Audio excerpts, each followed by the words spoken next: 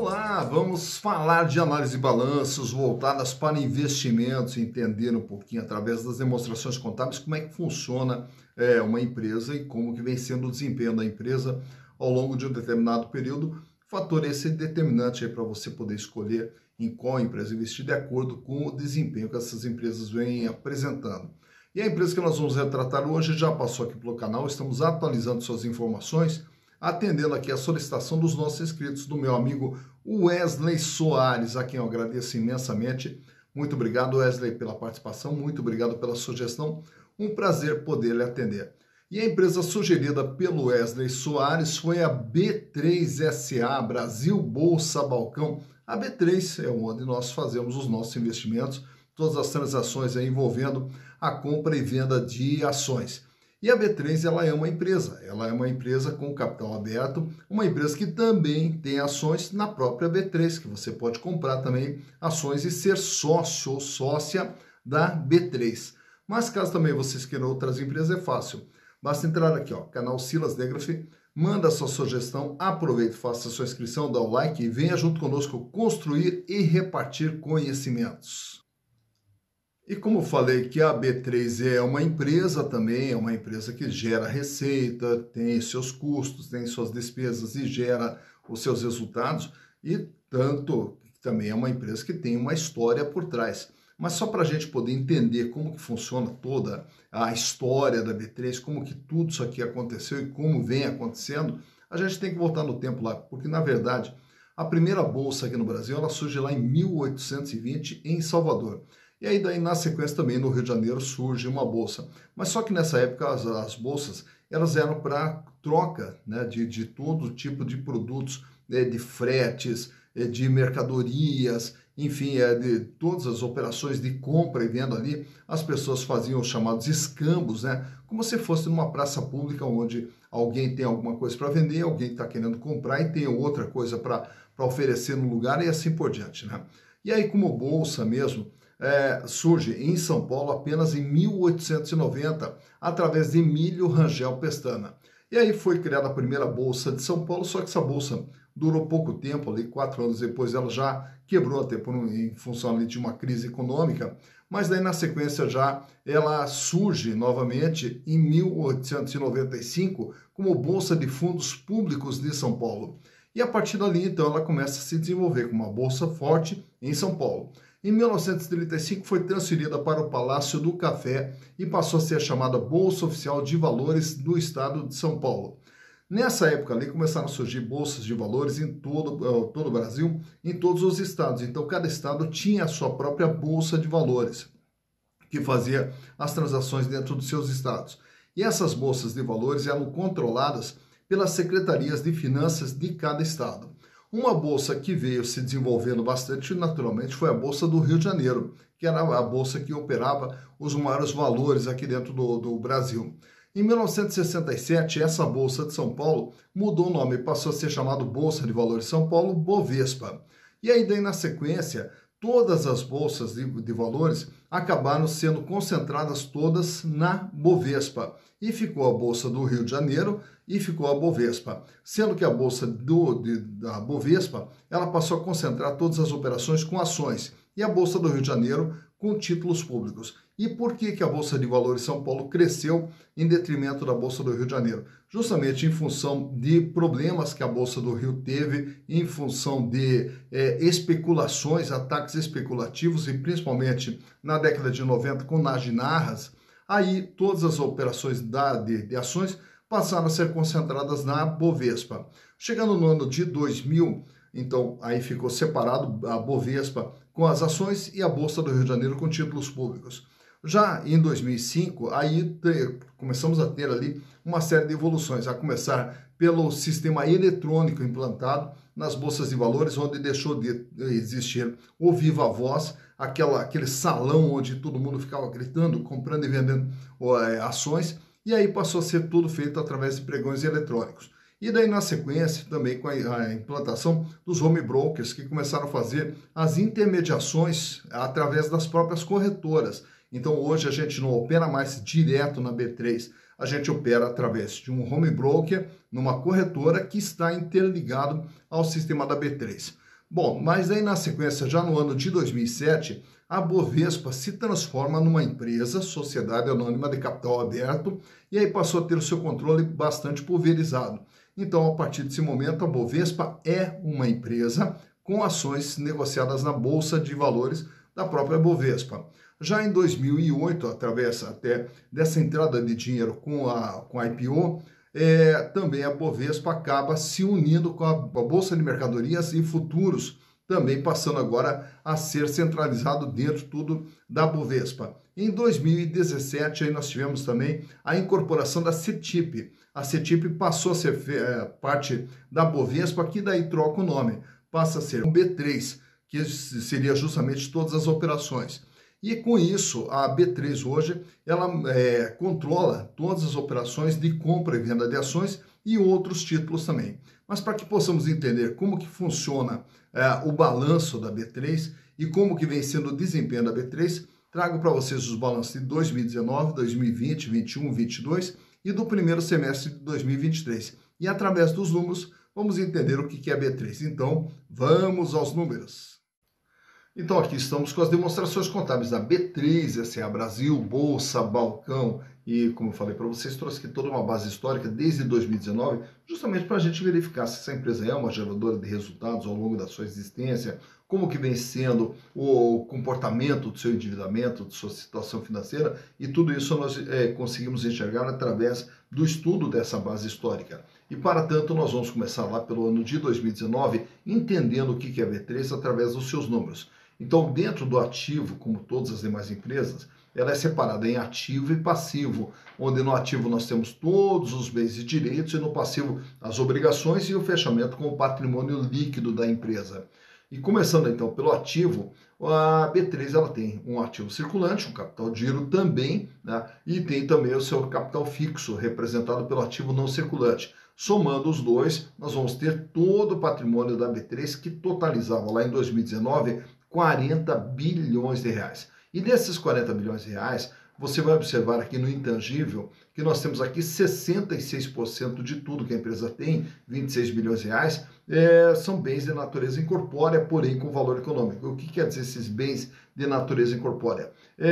São os aqui representados, principalmente os ágios nas aquisições e nas fusões que a empresa teve ao longo de sua existência, principalmente com a Bovespa, a capacidade de geração de resultados futuros, que é lançado aqui dentro do intangível, totalizando 26 bilhões como o valor principal desse intangível. E aqui na parte de cima, no ativo circulante, nós temos o capital de giro, que totalizava lá em 2019 10 bilhões 469 milhões de reais.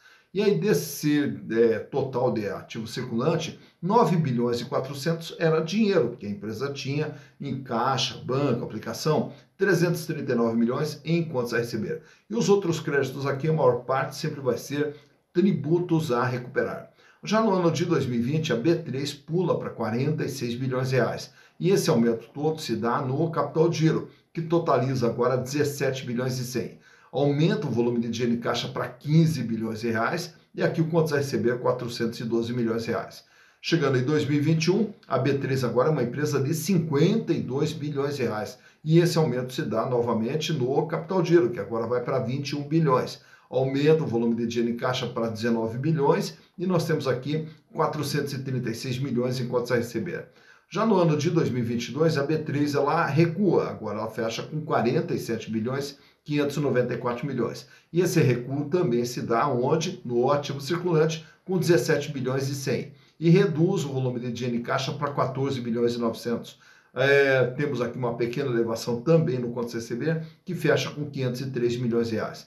E agora, 6 meses depois, a B3 ela fecha com 47 bilhões de patrimônio, sendo 16 bilhões e 100 de capital de giro, 14 bilhões e 200 em caixa e 504 milhões em contas a receber. Portanto, você vai observar que a B3 ela veio aqui numa crescente de 2019 para 2020, para 2021 e depois ela recua. Porém, esse recuo nós vamos ter que verificar no passivo se esse recuo se dá justamente em função da redução do endividamento que é o que nós vamos ver na sequência. Então, ao analisarmos aqui o passivo, a B3 também tem dívidas de curto prazo, tem dívidas de longo prazo, e o total do endividamento, que lá em 2019 era de 14 bilhões e 600, 36,5%. Isso quer dizer o quê? De tudo que a empresa tem, ela deve 36,5%.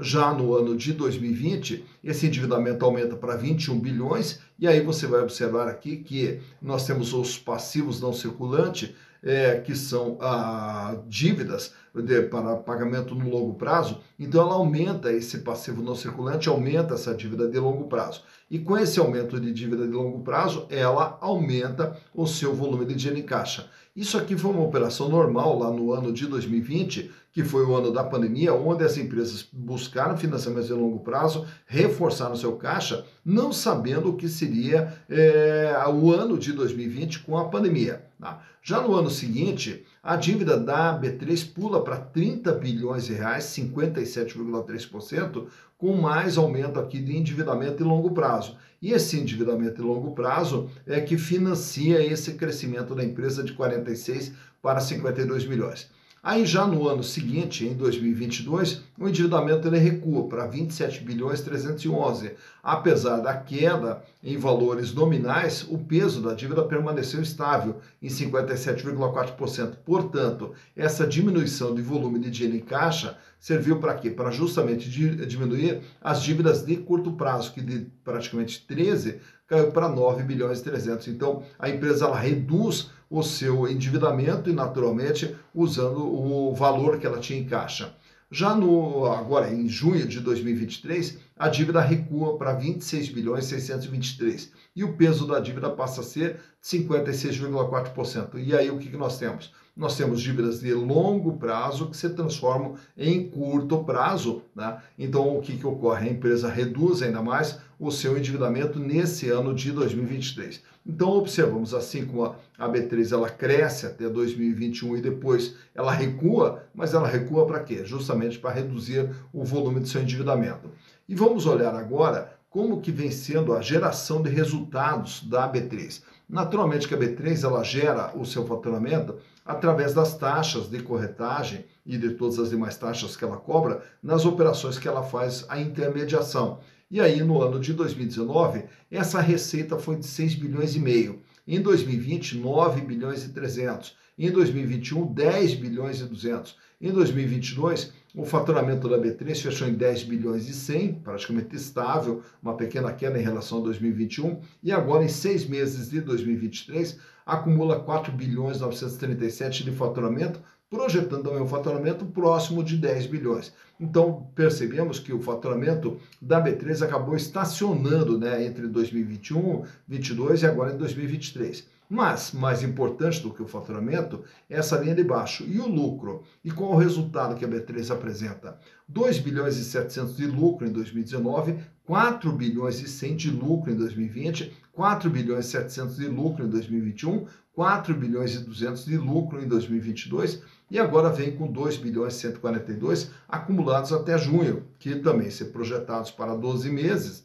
daria um faturamento aqui em torno de um lucro, né, de 4 bilhões e 300. Outro item que eu quero destacar aqui para vocês é esse númerozinho do lado aqui do lucro, 41,3, que se chama margem líquida. A margem líquida de todo o faturamento da B3, ela tem os custos para gerar esse faturamento, as despesas de funcionamento da B3, os resultados financeiros que ela apresenta, os impostos que paga sobre o lucro e sobra de tudo que ela fatura 41,3%. Essa margem sobe para 44%, sobe para 45,8%, recua para 41,8% e esse ano vem trabalhando com 43,4% de margem. Margem essa que daqui a pouquinho nós vamos ver também através dos gráficos de rentabilidade. Mas vamos trazer para vocês, já que estamos falando em gráficos, os gráficos aqui referentes à situação financeira da B3. A começar pela liquidez geral, que é o primeiro gráfico ali à esquerda, que vai mostrar a capacidade de pagamento da empresa em relação a todas as suas dívidas de curto, médio e longo prazo.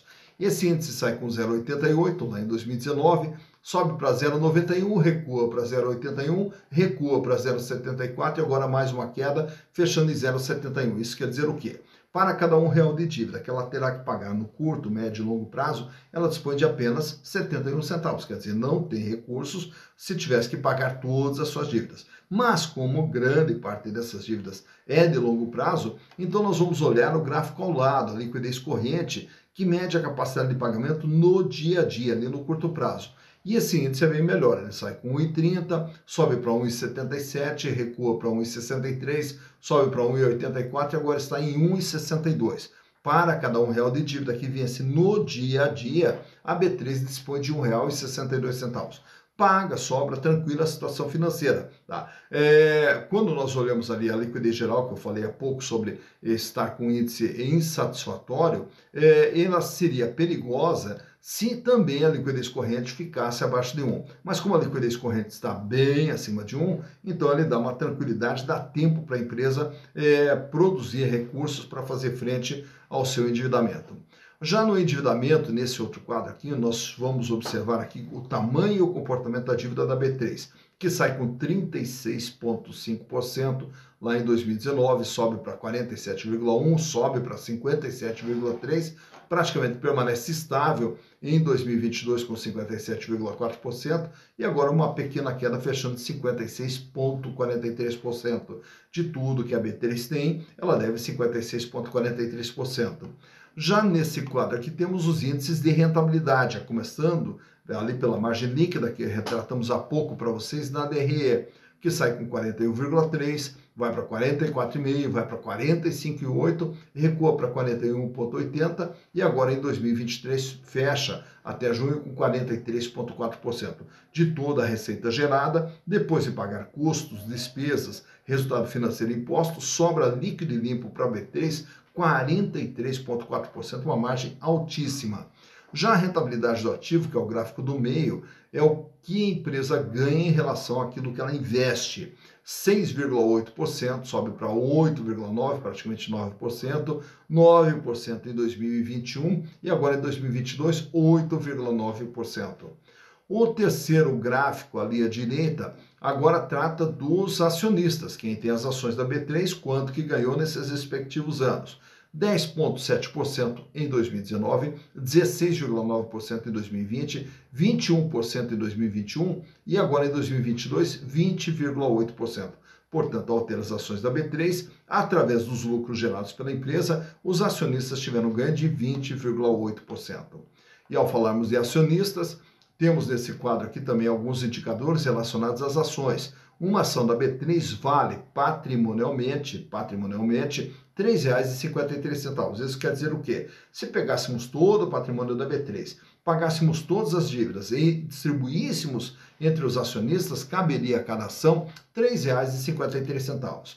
Porém, para você comprar uma ação da B3 hoje, a cotação está em torno de R$ 12,29, com base na cotação do último dia 29 de setembro, quando captamos as informações para a gravação desse vídeo. Então vejo que o valor de mercado é bem superior ao valor patrimonial, o que nos dá um PVP, preço por valor patrimonial, de 3,48, mostrando que as ações da B3 são vendidas com ágio de 248%.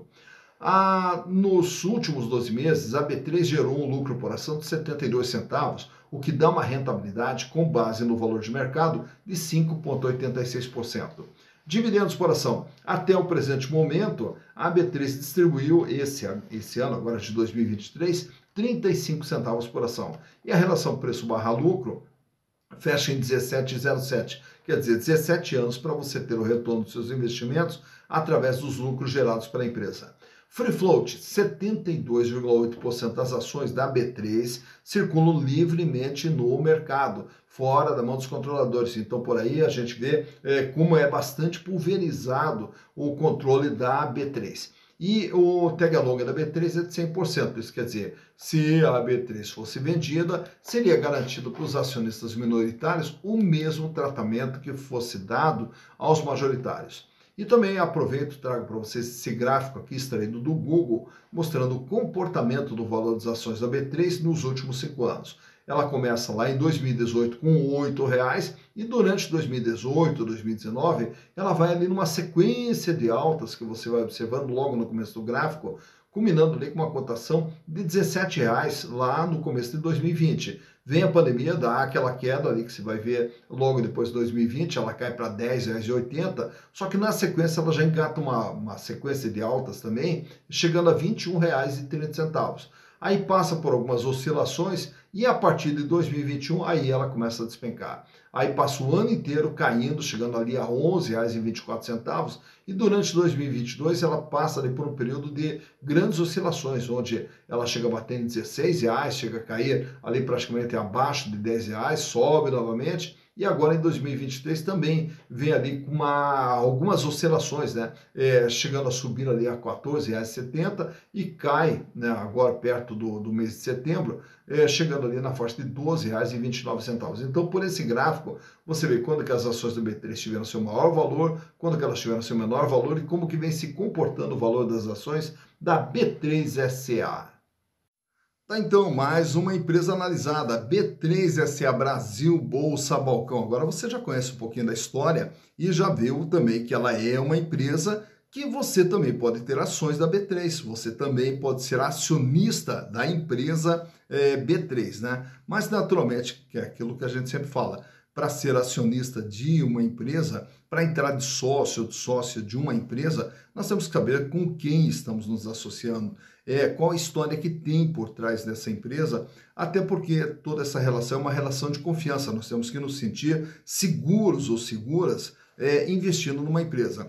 E além dessa confiança na história, em toda uma trajetória da empresa, nós temos que naturalmente nos basear nos números. Tá, tudo bem, vamos comprar ações. Por que vamos comprar ações? Porque nós queremos ter retorno. E para ter retorno, só se a empresa for lucrativa. Então, nós temos que verificar se essa empresa gera lucro, se não gera lucro, qual o histórico de resultados que ela vem apresentando ao longo de sua existência. E, naturalmente, que nós temos que observar como que é o risco que essa empresa apresenta em termos de capacidade financeira, em termos de endividamento. E aí é que entra a análise de balanço. A análise de balanço ela passa a ser uma peça fundamental justamente para nos passar essas informações para que possamos tomar decisões sempre de forma mais segura e de forma mais consciente. E todo o processo de análise de balanço você também pode aprender de uma forma muito rápida, simples e didática através dos nossos cursos lá na plataforma Hotmart. Inclusive aqui no vídeo, nós temos aqui na descrição o link de acesso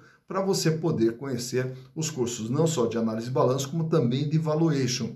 E aí, aprendendo um pouquinho de análise de balanço com custo muito baixinho, com direito a material de apoio e tudo mais, você vai poder analisar as empresas, escolher as empresas e aí, naturalmente, colocar essas empresas no seu radar para futuros investimentos. E aí, consequentemente, você vai fazer investimentos sempre de forma segura, sempre de forma consciente, minimizando riscos e ampliando as possibilidades de retorno para lá na frente poder construir o seu patrimônio que venha lhe proporcionar uma vida mais digna e uma vida cada vez melhor, que é o que todos nós merecemos. Dito isso, bons investimentos para vocês.